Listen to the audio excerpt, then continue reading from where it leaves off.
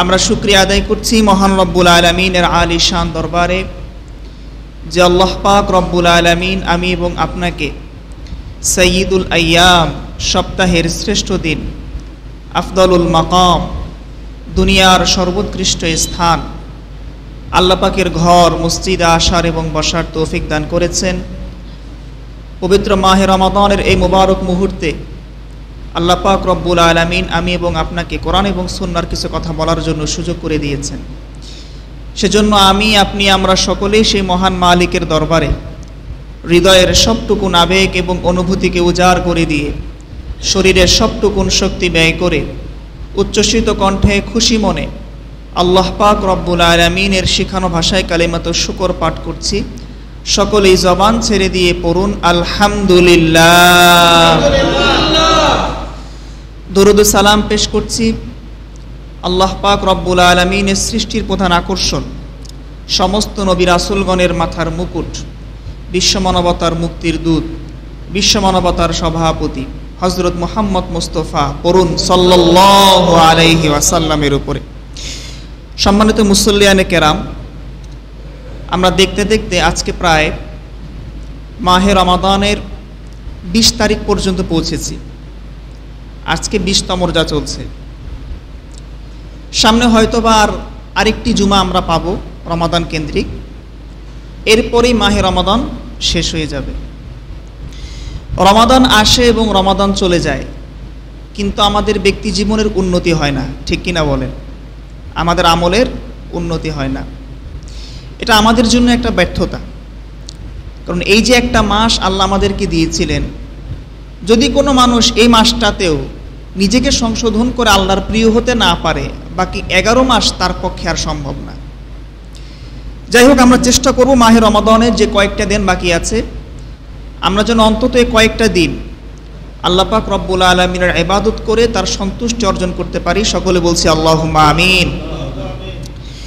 রমাদান কেন্দ্রিক আমরা বেশ কিছু আলোচনা শুনেছিলাম, রমাদানের প্রস্তুতিমূলক কিছু আলোচনা, রমাদান মাস অন্য মাস থেকে কেন শ্রেষ্ঠ। আজকের জুমাতে আমরা যে বিষয়টা নিয়ে আলোচনা শুনব সেটি হচ্ছে যাকাতের আলোচনা। যাকাত এটা এমন একটা ফরজ বিধান যে মাহে রমাদানে আমরা যে গুরুত্বপূর্ণ আমলগুলো সম্পন্ন করি, আমরা এই যে মাহে রমাদানের শেষ 10 দিনে ইতিকাফ করি, আমরা লাইলাতুল কদর রাত্রিতে আমরা ইবাদত করি, আমরা রোজা রাখি, আমরা তারাবির নামাজ পড়ি, এই যে গুরুত্বপূর্ণ ইবাদতগুলো আছে তার মধ্যে একটা গুরুত্বপূর্ণ ইবাদত হচ্ছে যাকাত, যেটা মানুষ রমজান মাসে আদায় করে।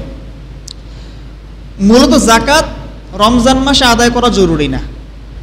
রমজান ছাড়া আপনি যে কোনো সময় বছরের আপনি চাইলে আপনার সম্পদের যাকাত আদায় করতে পারবেন। আবার যদি কেউ চায় যে সে অগ্রিম যাকাত আদায় করবে, সেটারও কি ইসলাম সুযোগ দিয়েছে।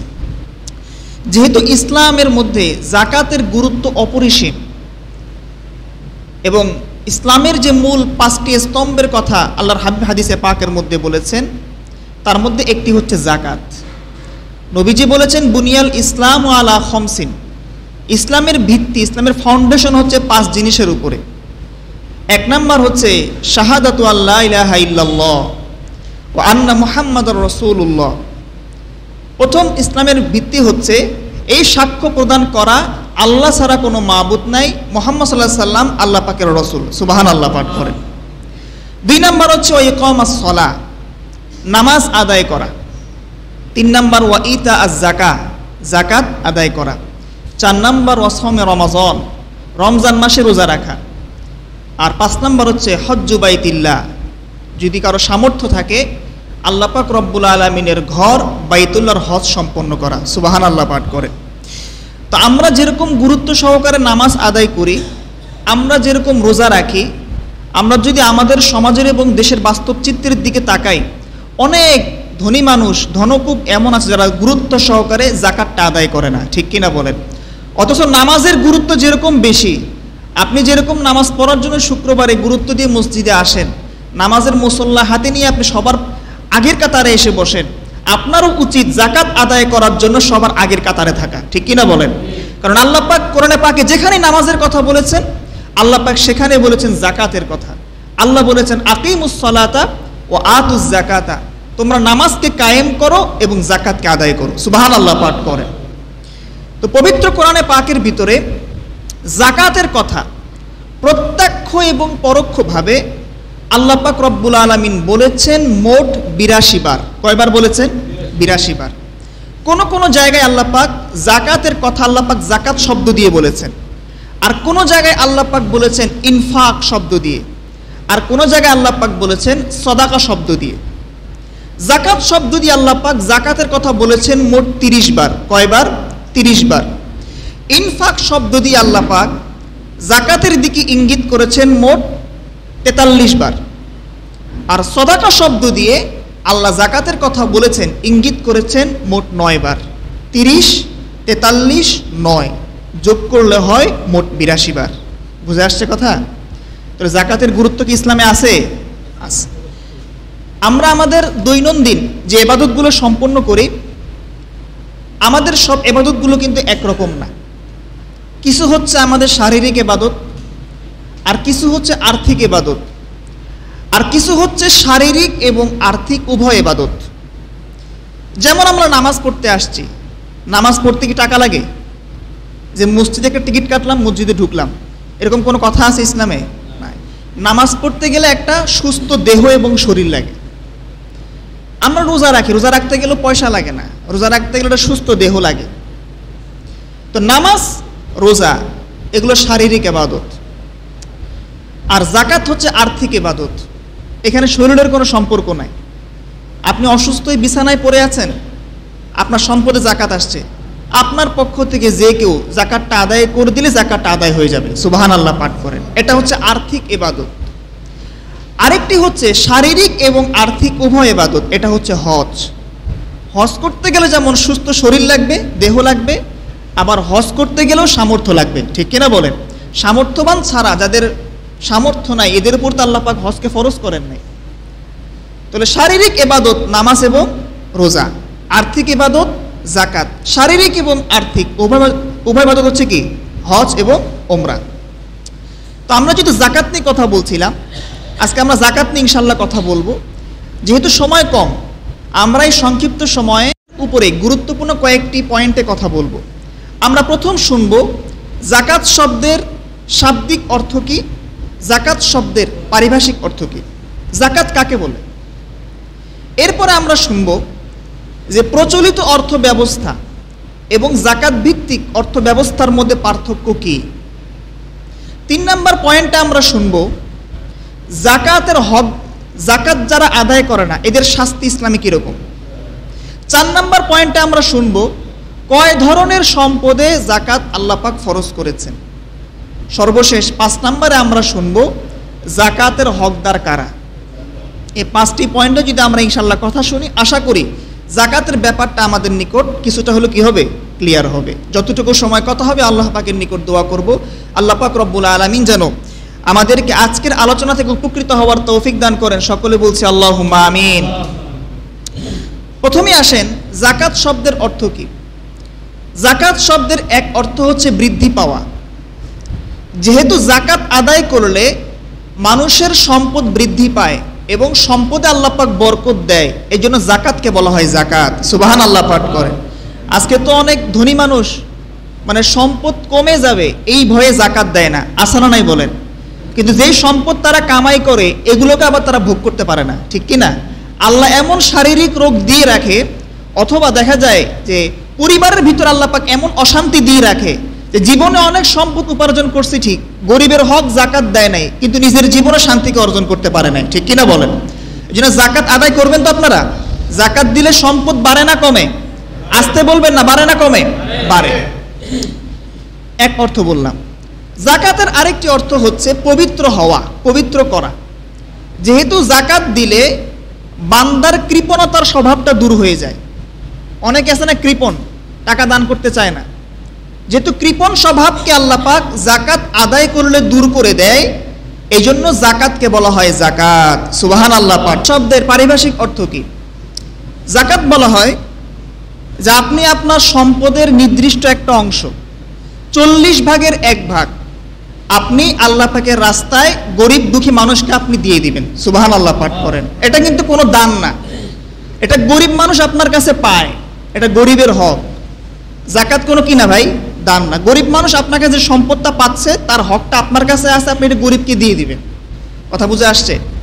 তাহলে 1 নাম্বার আমরা শুনলাম যাকাতের শাব্দিক এবং আবিধানিক অর্থ। 2 নাম্বার আমরা শুনব যে প্রচলিত অর্থ ব্যবস্থা এবং যাকাত ভিত্তিক অর্থ ব্যবস্থার মধ্যে পার্থক্য কি। এটা খুব গুরুত্ব দিয়ে শুনে। আমাদের দেশে এবং পুরো পৃথিবীতে এখন 3 রকম অর্থ ব্যবস্থা চালু আছে। কয় রকম? 3 রকম। একটা হচ্ছে পুঁজিবাদী অর্থ ব্যবস্থা, 2 নাম্বার সমাজতান্ত্রিক অর্থ ব্যবস্থা, 3 নাম্বার যাকাত ভিত্তিক অর্থ ব্যবস্থা। এই 3 অর্থ ব্যবস্থার মূল কনসেপ্ট বা মূল বক্তব্য যদি আপনি বুঝতে পারেন, আপনার নিকট বিষয়টা স্পষ্ট হয়ে যাবে যে যাকাত ভিত্তিক অর্থনীতি এবং ইসলামী অর্থ ব্যবস্থা আমাদের কেন দরকার। খুব মনোযোগ দিয়ে শুনেন। প্রথমে আসেন পুঁজিবাদী অর্থ ব্যবস্থা। পুঁজিবাদী অর্থ ব্যবস্থার মূল কনসেপ্ট, মূল বক্তব্য কি? এর মূল বক্তব্য হচ্ছে যে মানুষ সম্পদ উপার্জনের ক্ষেত্রে স্বাধীন। আপনি যে সম্পদ উপার্জন করতেছেন, আপনার যেভাবে মনে চায় আপনি হালাল এবং হারামের তোয়াক্কা না করে, সুদ খেয়ে হোক, ঘুষ খেয়ে হোক, সম্পদ আত্মসাৎ করে হোক, আর লুটপাট করে হোক, আপনার যেভাবে মন চায় আপনি সম্পদ উপার্জন করতে পারবেন, কোনো সমস্যা নাই। কিন্তু ইসলামের ভিতরে হালাল এবং হারামের একটা পার্থক্য আছে না নাই বলেন? আছে। তো যার কারণে দেখা যায় যে পুঁজিবাদী অর্থ ব্যবস্থার কারণে সমাজের কিছু মানুষ তারা দিন দিন ধনী হচ্ছে, আর কিছু মানুষ তারা দিন দিন শুধু গরিব হচ্ছে। ঠিক কিনা বলেন? যাদের অর্থ সম্পদ অনেক আছে, ধনী মানুষ, দেখবেন তারা মানুষকে লোন দেয়, মানুষকে তারা কিস্তি দেয়, আবার এর বিনিময়ে তারা সুদ নেয়, নেয় কি নেয় না বলেন? এর দ্বারা ধনী মানুষের সম্পদ বাড়তেছে, আর গরিব মানুষ দিন দিন খালি গরিব হইতেই আছে। ঠিক কিনা বলেন? তাহলে এই পুঁজিবাদী অর্থ ব্যবস্থার ভিতরে মানবতার মুক্তি আছে? বলেন, মানবতার মুক্তি আছে? নাই। 2 নাম্বার হচ্ছে সমাজতান্ত্রিক অর্থ ব্যবস্থা। সমাজতান্ত্রিক অর্থ ব্যবস্থা কাকে বলে? সমাজতান্ত্রিক অর্থ ব্যবস্থা বলা হয় যে যেই সমাজের ভিতরে ব্যক্তির মালিকানা বলতে কোনো সম্পদ থাকে না। এবং সমাজতান্ত্রিক অর্থ ব্যবস্থার মূল স্লোগান হচ্ছে যে কেউ খাবে না, কেউ খাবে না, তা হবে না, তা হবে না। সবাই খাবে সমাজের, ধনী মানুষও খাবে, গরিব মানুষও খাবে, যে প্রতিবন্ধী মানুষ বিছানা থেকে উঠতে পারে না সেও খাবে। এখন কথা হচ্ছে এরকম কিছু মুখরোচক স্লোগান দিয়ে আপনি যদি সমাজতান্ত্রিক অর্থ ব্যবস্থাকে আপনার সমাজে এবং দেশে বাস্তবায়ন করেন, এটার দ্বারাও কিন্তু আপনি আপনার অর্থনীতিকে চাঙ্গা করতে পারবেন না। কেন? সমাজতান্ত্রিক অর্থ ব্যবস্থা এরকম যেখানে ব্যক্তি মালিকানা বলতে কোনো কিছু থাকে না। মানুষ সম্পদ যা উপার্জন করবে, ব্যবসা করে হোক আর চাকরি করে হোক, আপনার উপার্জিত প্রত্যেকটা সম্পদ আপনাকে জমা করতে হবে রাষ্ট্রীয় কোষাগারে। এখন যে মাসে 1 লক্ষ টাকা ইনকাম করে, এই টাকাও সে রাষ্ট্রীয় কোষাগারে জমা দেয়। আবার যে মাসে ইনকাম করে 10,000 টাকা, সেও এই টাকা রাষ্ট্রীয় কোষাগারে জমা দেয়। এবং রাষ্ট্র প্রত্যেকটা মাসে প্রত্যেকটা নাগরিককে একটা নির্দিষ্ট পরিমাণে ভাতা দেয়। ধরেন প্রত্যেক নাগরিককে সে মাসে ভাতা দেয় 50,000 টাকা। এখন যার ইনকাম মাসে 1 লাখ সেও পায় 50,000, যার ইনকাম মাসে 10,000 সেও পায় 50,000। কোনো পার্থক্য আছে? এটার দ্বারা হবে কি জানেন? মানুষের ভিতরে অলসতা কাজ করে। যে 1 লাখ টাকা ইনকাম করে সে চিন্তা করে আমি 1 লাখ টাকা ইনকাম করে লাভটা কি, আমি 1 কোটি কামাই করে লাভটা কি, ওই মাস শেষে আমার কাছে আসে 50,000ই আসে। আর যে 10,000 ইনকাম করে তার ভাগে কত আসে? 50,000 আসে। সুতরাং এই সমাজতান্ত্রিক অর্থ ব্যবস্থাটাও কি আমাদের জন্য, দেশের জন্য কার্যকর হতে পারে না। সর্বশেষ শুনবেন যাকাত ভিত্তিক অর্থ ব্যবস্থা, এটা কীরকম দেখেন। যাকাত ভিত্তিক অর্থ ব্যবস্থা বা ইসলামী অর্থ ব্যবস্থার মূল কনসেপ্ট হচ্ছে যে আপনি সম্পদ উপার্জনের ক্ষেত্রে স্বাধীন, অসুবিধা নেই, আপনি সম্পদ কামাই করেন, তবে আপনাকে হালাল এবং হারামের তোয়াক্কা করতে হবে। কোনটা হালাল আর কোনটা হারাম আপনাকে এটা মেনে সম্পদ উপার্জন করতে হবে। কথা কি বুঝে আসছে? এখন আপনি হালাল হারামকে মেনটেন করে আপনি যদি 1 কোটি টাকার মালিক হন, 100 কোটির মালিক হন, কোনো অসুবিধা নাই। তবে আপনাকে মনে রাখতে হবে অফি আমওয়ালিহিম হাক্কুল লিসাইলি ওয়াল মাহরুম। আপনি যে সম্পদ উপার্জন করতেছেন, আপনার সম্পদের ভিতরে গরিব দুঃখী মানুষের একটা হক আছে, এটা হচ্ছে যাকাত। সুবহানাল্লাহ পাঠ করেন। আপনি মাসে ইনকাম করছেন 1 লাখ, 2 লাখ, 1 কোটি, 2 কোটি, কোনো অসুবিধা নাই। আপনি বছর শেষে আপনার সম্পদের নির্দিষ্ট একটা পরিমাণ আপনি গরিব দুঃখী মানুষকে আপনি দান করবেন। এটার দ্বারা হবে কি, আপনি যেরকম ভালো থাকবেন, আপনি যেরকম ভালো খাবেন, আপনার জাকাতের টাকা একটা গরিব মানুষকে আপনি দিলে গরিব মানুষও ভালো খাইতে পারবে, ঠিক কিনা বলেন? সুতরাং ধনী এবং গরিবের বৈষম্যকে দূর করার জন্য, ভারসাম্যপূর্ণ একটা অর্থনৈতিক ব্যবস্থার জন্য জাকাত ভিত্তিক অর্থ ব্যবস্থার বিকল্প কোনো কিছু হতে পারে না। সুবহানাল্লাহ পাঠ করেন। তাহলে কি কথাটা বুঝে আসছে? পুঁজিবাদী অর্থ ব্যবস্থা বললাম, সমাজতান্ত্রিক বললাম, জাকাত ভিত্তিক অর্থ ব্যবস্থা বললাম। আশা করি আপনাদের বিষয়টা ক্লিয়ার হয়ে গিয়েছে যে জাকাত ভিত্তিক অর্থ ব্যবস্থা আমাদের কেন দরকার। 2 নম্বর পয়েন্টে আমরা কথা শুনলাম। 3 নম্বর আসেন আমরা শুনবো, জাকাত যারা আদায় করে না এদের শাস্তি ইসলামে কি? আল্লাহ পাক এদের ব্যাপারে কোরআনে কারিমের ভিতরে কেমন শাস্তির কথা উল্লেখ করেছেন? মনোযোগ আছে আপনাদের? মনোযোগ নাই মনে হইতেছে? রোজা রেখে কষ্ট হইতেছে সবার? আপনাদের যদি কষ্ট হয় তাহলে আমার কি হচ্ছে? কারণ আমি তো কথা বলতেছি, আবার আমার কথা একটু জোরে বলতে হচ্ছে, আবার রাত্রিবেলা তারাবি আছে, আবার আজকে ইফতার মাহফিল আছে। এত কিছুর মধ্য দিয়েও যে আল্লাহ পাক আমাদেরকে শারীরিক শক্তি দিয়েছেন রোজা রাখার এবং তারাবির নামাজ পড়ার, আমরা আল্লাহর দরবারে শুকরিয়া আদায় করে বলছি আলহামদুলিল্লাহ। প্রিয় ভাইরা আমার, যারা জাকাতকে আদায় করে না, জাকাত আদায় না করার ব্যাপারে আল্লাহ পাক রব্বুল আলামিন কঠোর হুঁশিয়ারির বাণী আল্লাহ পাক দিয়েছেন। পবিত্র কোরআন সূরা তাওবার 35 নম্বর আয়াতে আল্লাহ পাক জানিয়েছেন, ওয়াল্লাযীনা ইয়াকনিজুনা আয-যাহাবা ওয়াল ফিদ্দাতা ওয়ালা ইউনফিকুনাহা ফি সাবিলিল্লাহি ফাবাশশিরহুম বিআযাবিন আলীম। আল্লাহ পাক রব্বুল আলামিন বলেন, যারা কিনা স্বর্ণ এবং রূপাকে জমা করে রাখে, স্বর্ণ এবং রূপার যাকাতকে যারা কিনা আদায় করে না, সম্পদের যাকাতকে যারা আদায় করে না, আল্লাহ পাক রব্বুল আলামিন বলেন, হাবিব আপনি জানিয়ে দিন এই সমস্ত মানুষদের জন্য আমি আল্লাহর পক্ষ থেকে রয়েছে ভয়ানক কঠিন আযাব। নাউজুবিল্লাহ পাঠ করেন। শুধুমাত্র এতটুকু বলে আল্লাহ পাক রব্বুল আলামিন শেষ করেন। আল্লাহ পাক রব্বুল আলামিন আরো বলছেন, ইয়াউমা ইউহমা আলাইহা ফি নারি জাহান্নামা ফাতুকওয়া বিহা জিবাহুহুম ওয়া জুনুবুহুম ওয়া যুহুরুহুম হাযা মা কানাসতুম লিআনফুসিকুম ফাযুকু মা কুনতুম তাকনিজুন। আল্লাহ পাক রব্বুল আলামিন বলেন, যারা সম্পদের যাকাতকে আদায় করবে না, এই সম্পদকে, এই স্বর্ণ এবং রূপাকে আল্লাহ পাক রব্বুল আলামিন কাল কিয়ামতের দিন গরম করবেন। আর গরম করার পর যারা সম্পদের যাকাত দিবে না, তাদের কপালে, পাজরে এবং পিঠের মধ্যে আল্লাহ পাক রব্বুল আলামিন ছেকা দিবেন। নাউজুবিল্লাহ পাঠ করেন। আল্লাহ বলছেন, হাযা মা কানাসতুম লিআনফুসিকুম ফাযুকু মা কুনতুম তাকনিজুন। এটা হচ্ছে তোমার ওই পুঞ্জীভূত সম্পদ, ওই স্বর্ণ এবং রূপা, তুমি যে স্বর্ণ এবং রূপার যাকাতকে আল্লাহ পাকের রাস্তায় আদায় করতে না। এখন কথা হচ্ছে, আল্লাহ পাক যে বললেন যে স্বর্ণ এবং রূপা গরম করে কপালে ছেকা দিবেন, এ পাজরে ছেকা দিবেন, এরপরে বান্দার পিঠে আল্লাহ পাক ছেকা দিবেন কেন? এর উত্তর তাফসিরে কুরতুবিতে আসছে যে কোন কোন ধনী মানুষ এমন আছে, আল্লাহ সম্পদ দিছে ঠিক, কিন্তু মানুষটা হচ্ছে কৃপণ। আপনি দেখবেন যে অনেক ধনী মানুষের সম্পদের অভাব নাই, কিন্তু তার দুয়ারে যদি কোনো ফকির যায় সে একটু বিরক্ত হয়, আসে না নাই বলেন? ফকিরে বিদায় করে দেয়, তাই না? তো অনেক ধনী মানুষ যারা কৃপণ, যদি তার কাছে যদি কোনো গরিব মানুষ যায়, গরিব মানুষ যখন তার কাছে প্রথম সওয়ালটা করে, তখন সে একটু কপালটা কুচকায়, একটা বিরক্তি ভাব প্রকাশ করে, দুনিয়াতে আর মানুষ পাইলে না আমার কাছে আইলি। গরিব মানুষ যখন চায়, ফকির মানুষ আমার কিছু দেন আল্লাহর ওয়াস্তে, এবার সে বিরক্ত হয়ে একটু পাজরটারে ঘুরায়। ফকির মানুষ যখন আবার চায়, এবার ধনী মানুষ বিরক্ত হয়ে পিঠটা দিয়ে সামনের দিকে হাঁটা শুরু করে। যেহেতু প্রথমবার সে কপাল কুচকায়, তারপরে পাজরটাকে ঘুরায়, তারপরে পিঠ দিয়ে সামনের দিকে হাঁটা শুরু করে দেয়।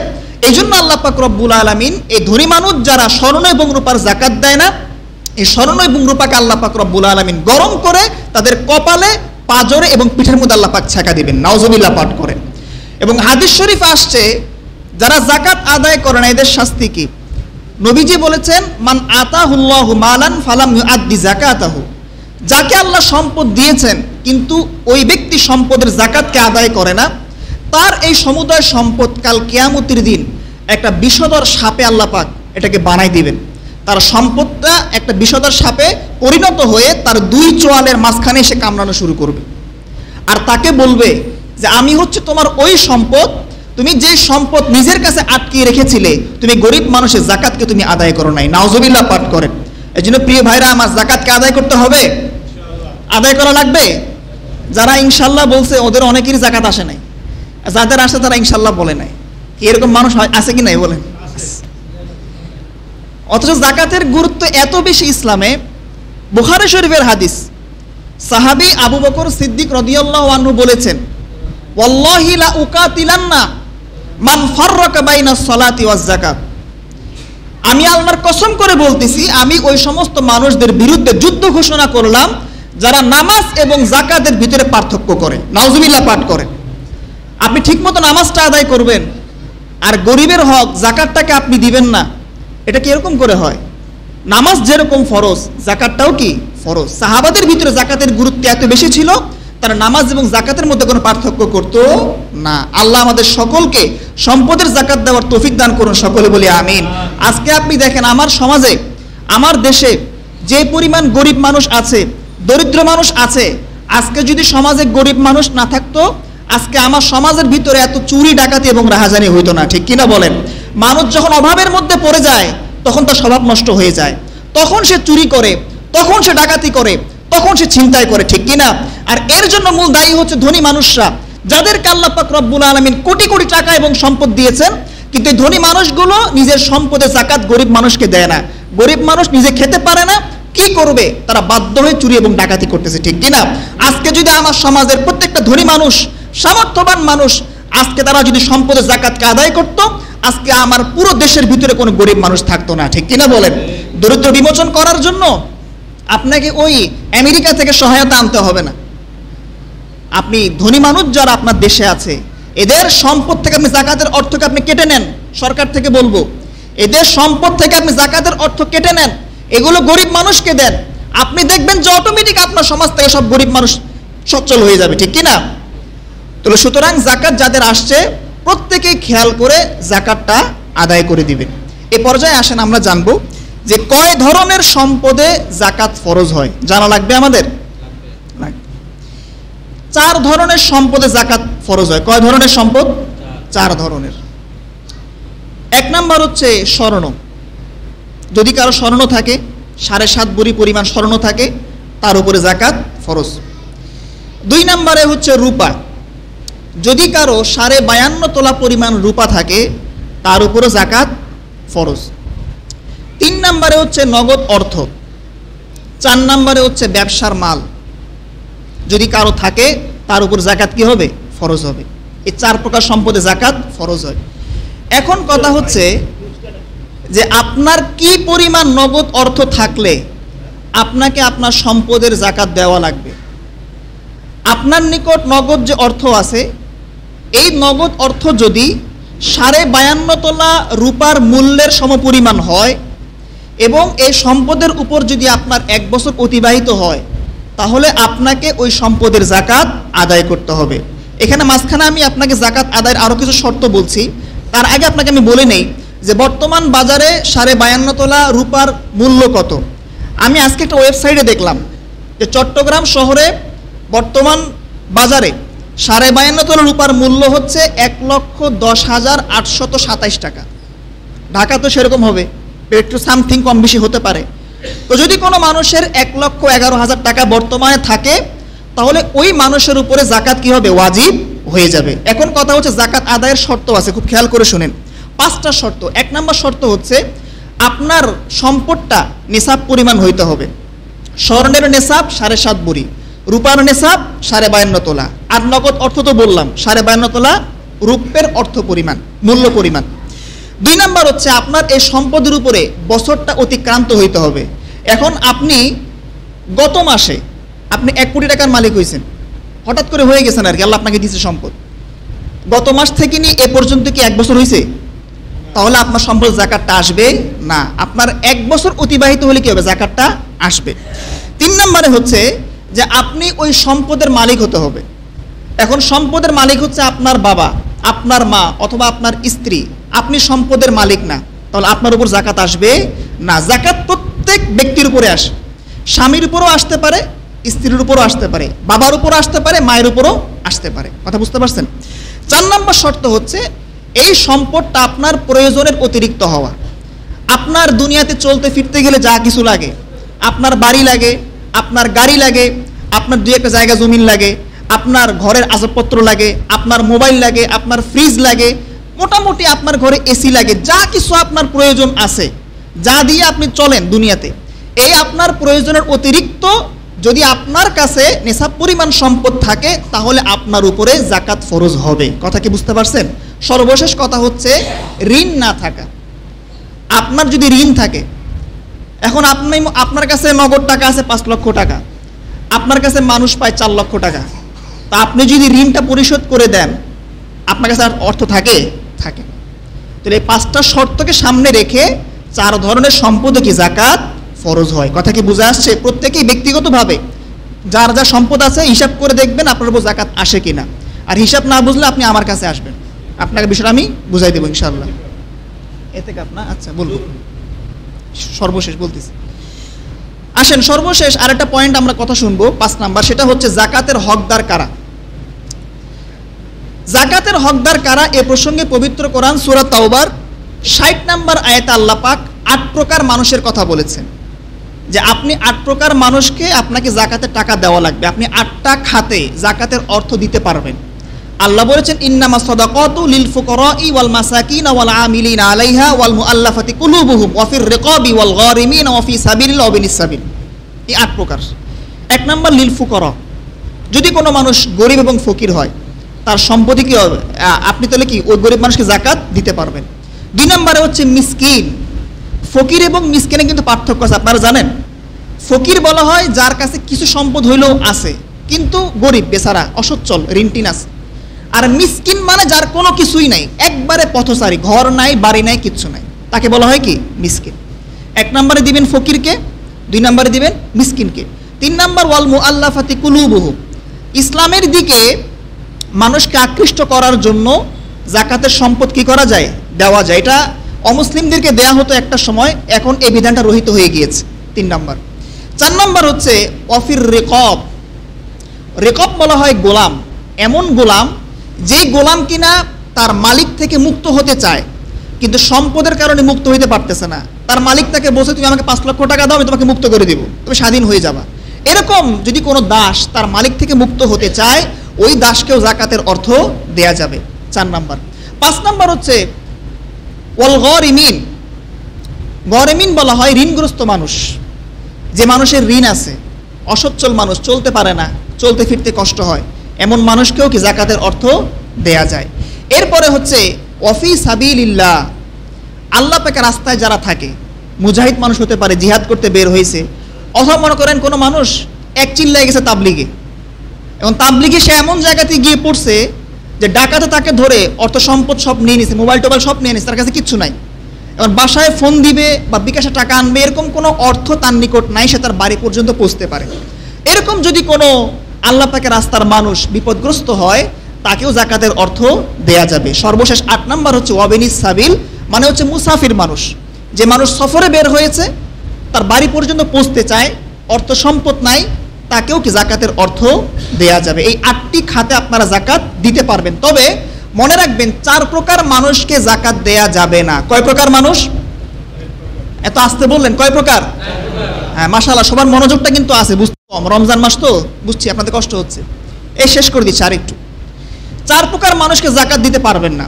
1 নম্বর হচ্ছে আপনার বাবা এবং মাকে, যাদের থেকে আপনি আসছেন পৃথিবীতে, আপনার বাবা, আপনার মা, আপনার দাদা, আপনার পরদাদা, উপরের দিকে যারা আছে, যাদের থেকে আপনি আসছেন, এদেরকে জাকাত দেওয়া যাবে না। 2 নম্বর হচ্ছে আপনার ছেলে নাতি, আপনার পুতি লতি, যারা আপনার থেকে পৃথিবীতে আসছে, এদেরকেও জাকাত দেওয়া যাবে না। 3 নম্বর হচ্ছে স্বামী স্ত্রীকে জাকাত দিতে পারবে না। 4 নম্বর স্ত্রী স্বামীকে জাকাত দিতে পারবে না। এছাড়া আপনার যদি কোনো গরিব অসহায় মানুষ থাকে, আপনার চাচা, আপনার খালা, আপনার মামা, আপনার ভাতিজা, আপনার ফুপি, এরা যদি অসচ্ছল এবং গরিব হয়, আপনি চাইলে তাদেরকে জাকাতের অর্থ দিতে পারবেন। জাকাত উল্লেখ করার প্রয়োজন নাই, আপনি এমনিই দিবেন, তারা এটা কি খরচ করতে থাকবে। কথা বুঝতে পারছেন? এখন সর্বশেষ একটা গুরুত্বপূর্ণ কথা বলি। জাকাতের নামে আমরা দেখি যে প্রত্যেক বছর আমাদের দেশে একটা শো অফ করে মানুষ, যারা ধনী মানুষ, দেখবেন জাকাতের শাড়ি এবং লুঙ্গি মানুষকে দান করে, আসে না নাই বলেন? আপনি ইসলামপুরে যাবেন, দেখবেন এখানে জাকাতের শাড়ি এবং লুঙ্গি বিক্রি করা হয়। আপনার এরকম দোকান দেখছেন আপনারা? এই জাকাতের শাড়ি এবং লুঙ্গির নামে যারা শো অফ করে আর মানুষকে যারা এগুলো দান করে আর দেখায় যে মানুষকে আমি জাকাতের শাড়ি এবং লুঙ্গি দিলাম, এদের জাকাত আদায় হবে না। কথা বুঝতে পারছেন আপনি? আপনার জাকাতের টাকা এটা গরিবের হক, আপনি তাকে অর্থ দিবেন, জাকাতের শাড়ি এবং লুঙ্গি দিবেন না নিজের সম্মান উপার্জন করার জন্য। কথা বুঝতে পারছেন? আপনি আমার কাছে যদি 500 টাকা পান, আপনাকে আমি 500 টাকা না দিয়া আপনাকে আমি 80% লুঙ্গি কিনে দিলাম, আপনি এটা মানবেন? ভাই আমি আপনার কাছে 500 টাকা পাই, আপনি আমার 500 টাকা দিবেন, আপনার লুঙ্গি আমার লাগবে না, ঠিক কিনা? জাকাতের অর্থ ঠিক সেরকম, এটা গরিবের হক, টাকা, আপনি থেকে টাকাটা কি করবেন? আদায় করবেন। জাকাতের নামে কোনো প্রকার শো অফ করে আপনি সওয়াবের ভাগটুকু নষ্ট করবেন না। সর্বশেষ ভাই, আজকে 20 রমজান শেষ, আজকে বাদ মাগরিব থেকে 21 রমজান শুরু হবে। রমজানের শেষ দশকের একটা গুরুত্বপূর্ণ আমল হচ্ছে এতেকাফ। তো এতেকাফ এটা ফরজে কিফায়া। আমি আপনাদেরকে গত জুমাতেও বলেছিলাম, যদি আমাদের এলাকার কোনো মানুষ যদি এতেকাফ না করে তাহলে কিন্তু আমাদের এতেকাফটা আদায় হবে না। আবার আপনি যদি কোনো লোককে যদি ভাড়া করে নিয়ে আসেন, ভাড়াটিয়া এতেকাফ, সেটাও কিন্তু আদায় হবে না। কথা বুঝতে পারছেন? তো সুতরাং ভাড়াটিয়া এতেকাফের ব্যবস্থা না করে আমরা যদি কেউ পারি যে আমার সময় আছে, আমি এলাকার বাসিন্দা, যদি আপনি এতেকাফে সময় দিতে পারেন, সেটা আমার মনে হয় যে খুব বেশি ভালো হবে। আমি যদি পারতাম আমি দিতাম, কিন্তু আমার পক্ষে সম্ভব হচ্ছে না, যেহেতু আমার দায়িত্ব আছে মসজিদের বা আমার বাসার কিছু কাজ আছে। তো আপনাদের ভিতরে যদি কেউ এরকম থাকে, আপনারা কষ্ট করে জুমার পরে একটু আমার সঙ্গে যোগাযোগ করবেন ইনশাল্লাহ। আমাদের একজন ভাই ইনশাল্লাহ এতেকাফে তিনি এতেকাফে বসবেন, তার সাথে ইনশাল্লাহ আপনিও থাকবেন, কোনো সমস্যা নাই। ঠিক আছে ইনশাল্লাহ? যে কথাগুলো আমরা শুনলাম জাকাত কেন্দ্রিক, আল্লাহ আমাদের সকলকে প্রত্যেকের সম্পদের জাকাত আদায়ের তৌফিক দান করুন, আমিন। আসসালামু আলাইকুম ওয়া রাহমাতুল্লাহি ওয়া বারাকাতুহু।